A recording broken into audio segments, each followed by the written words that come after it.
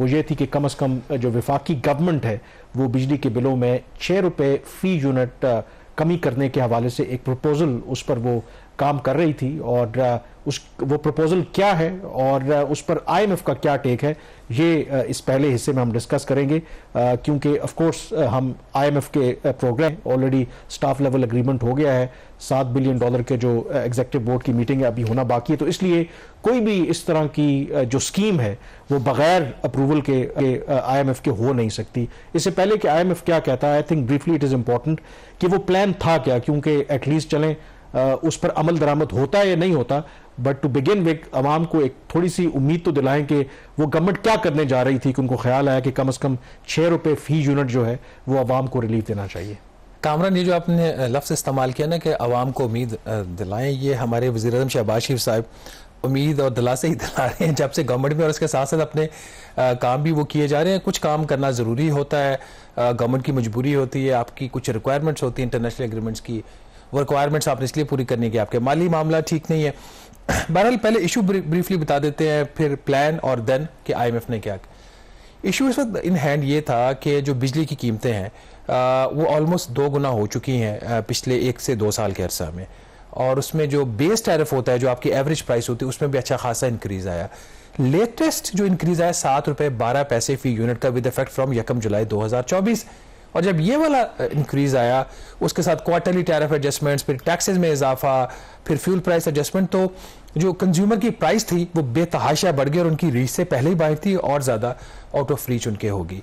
तो उसको सबसाइड करने के लिए पहले तो वफाकी हुकूमत ने 3 माह के लिए उन्होंने एक टेम्परेरी रिलीफ दिया, वो कंज्यूमर जिनकी मंथली कंजम्पशन जो है वो 200 यूनिट्स तक की है, जिसके लिए उन्होंने अपने बजट से PSDP से 50 अरब रुपया डाइवर्ट किया। ये 30 सितंबर को फैसिलिटी ख़त्म हो जाएगी और 1 अक्टूबर से जो नया रेट है वो एप्लीकेबल हो जाएगा तमाम लोगों के लिए। वो जो इन्होंने 50 अरब रुपए की रिलीफ दी थी, उसमें जो प्रोटेक्टेड कंज्यूमर्स थे उनको तकरीबन 4 रुपये 10 पैसे फ़ी यूनिट की रिलीफ है, और जो नॉन प्रोटेक्टेड 200 यूनिट्स तक की कंजम्पशन वाले लोग हैं उनके लिए 7 रुपये 12 पैसे की रिलीफ है। अब जो बाकी हमारी कैटेगरी है कंज्यूमर्स की, उसमें जो एवरेज रेजिडेंशियल टैरिफ है बगैर टैक्सेस के, बगैर कुछ और चीज़ों के, वो तकरीबन 39 रुपीज़ बनता है, ये एवरेज है।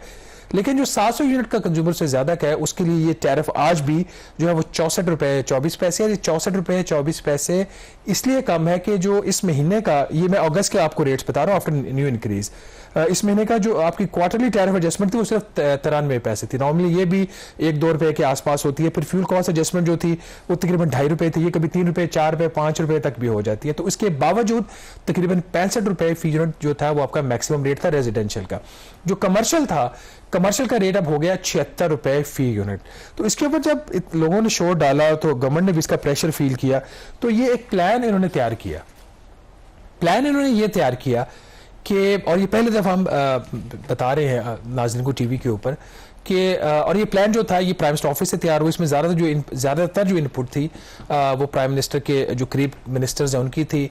फाइनेंस मिनिस्टर की इसकी इतनी ओनरशिप नहीं थी। पावर डिवीजन की डेफिनेटली ओनरशिप थी। इसमें ये 5 इन्होंने एक इसका प्रॉन्ग एक प्लान था जिसके तहत मंसूबा ये बना कि 2800 अरब रुपया खर्च करके बिजली की जो फी यूनिट कीमत है वो 5 रुपये 80 पैसे उसको कम कर दिया जाए।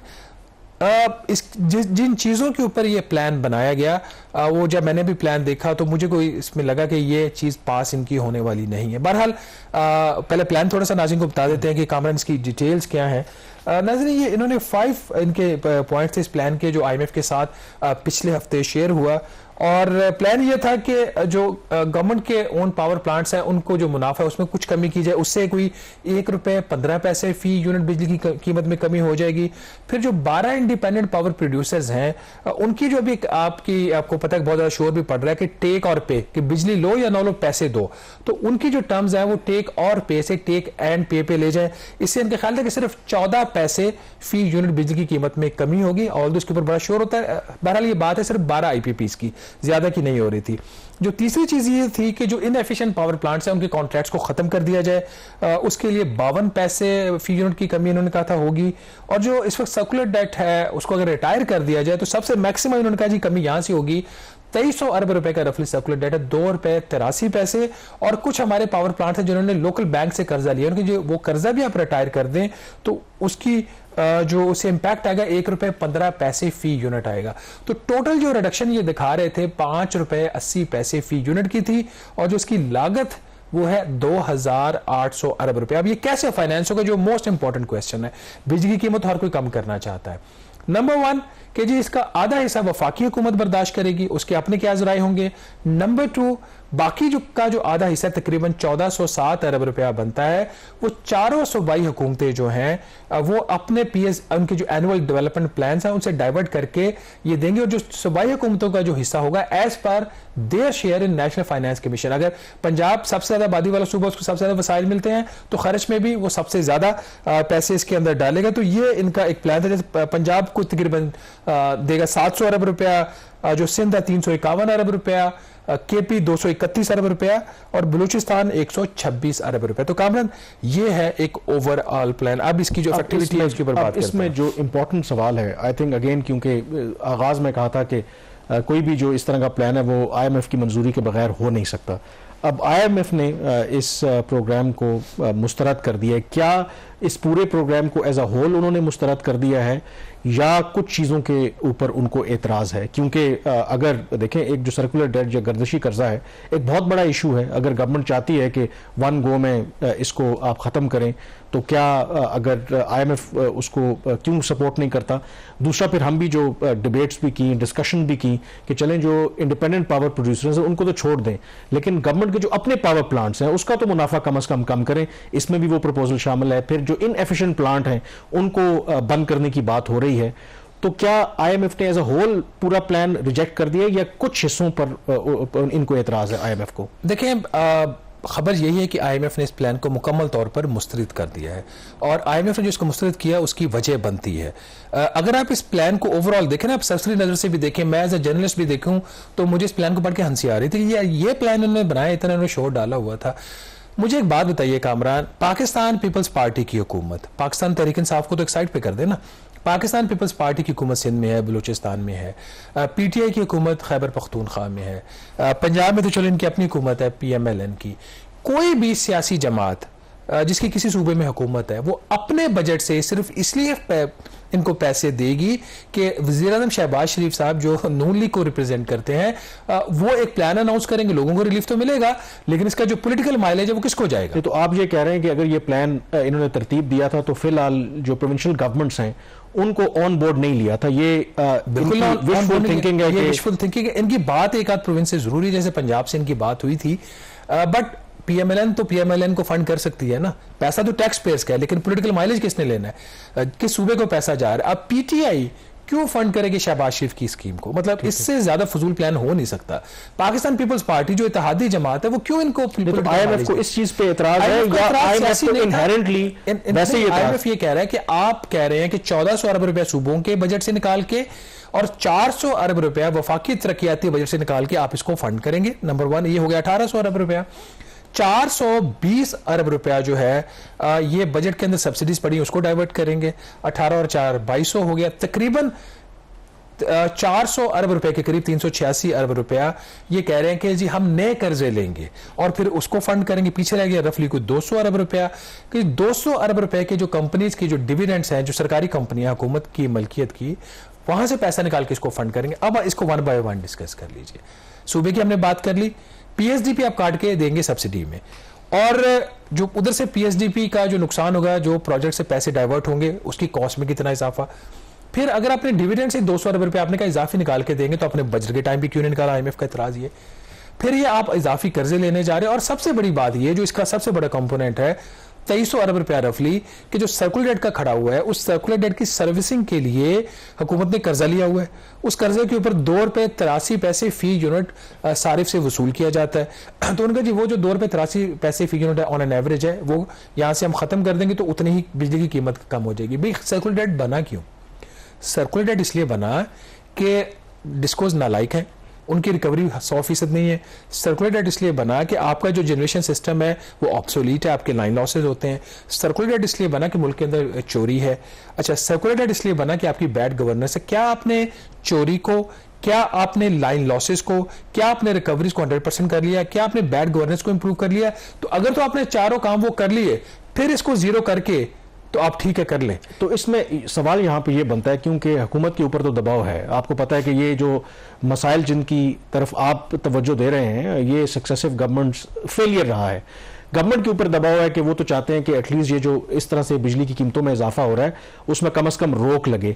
तो वो जो जिन इकदामात की आप बात कर रहे हैं, तो अगर तो उन इकदामात की तरफ जाते हैं, फंडामेंटल्स ठीक करते हैं, फिर तो इमीडिएटली तो रिलीफ तो फिर आवाम को नहीं मिलता ना। तो गवर्नमेंट क्या कोई ऐसा ऑप्शन है कि चले ये प्लान तो उनका फिजिबल नहीं है, कोई और ऐसा शॉर्टकट हो जो IMF को भी एक्सेप्टेबल हो और इमीडिएटली कुछ रिलीफ भी आवाम को मिल जाए, या आपके ख्याल में कोई ऑप्शन नहीं है सिवाय इसके कि हमें एक पेनफुल प्रोसेस से गुजरना पड़ेगा?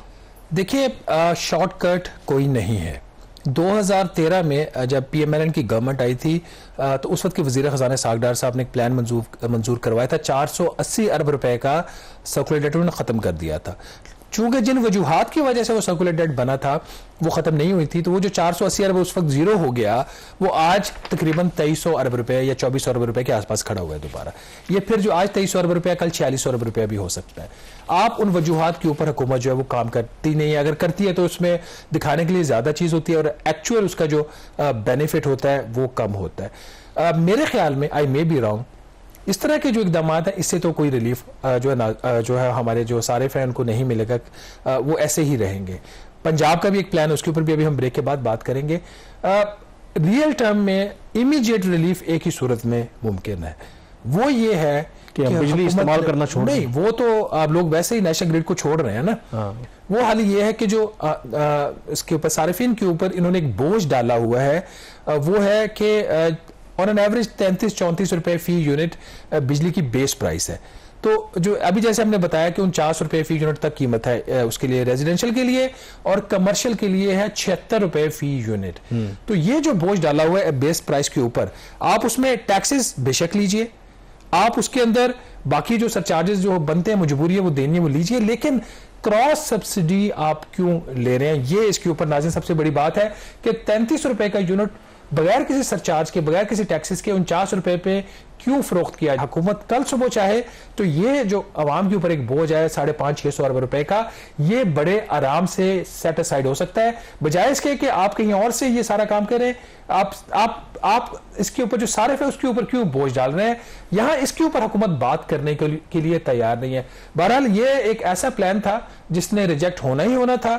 इस प्लान की फाइनेंस मिनिस्ट्री के अंदर भी कोई ओनरशिप नहीं थी। बेहतर यह है कि हुकूमत जो एक कंक्रीट काम है उसके ऊपर फोकस कर। इस तरह की प्लानिंग से जो IMF को एक नेगेटिव सिग्नल जा रहा है वो ये भी जा रहा है कि हुकूमत संजीदा नहीं है। एक तरफ प्रोग्राम को अप्रूव करवाने के लिए कोशिश है और दूसरी तरफ इस तरह के प्लान्स लेके जा रहे हैं जिसकी कोई जो उसकी इकोनॉमिक सेंस भी नहीं बनती। यहाँ पे एक छोटी सी ब्रेक लेंगे, ब्रेक के बाद जब वापस आएंगे तो बात करेंगे पंजाब की जो सब्सिडी है और उसके ऊपर जो रिएक्शन है IMF का। Stay with us.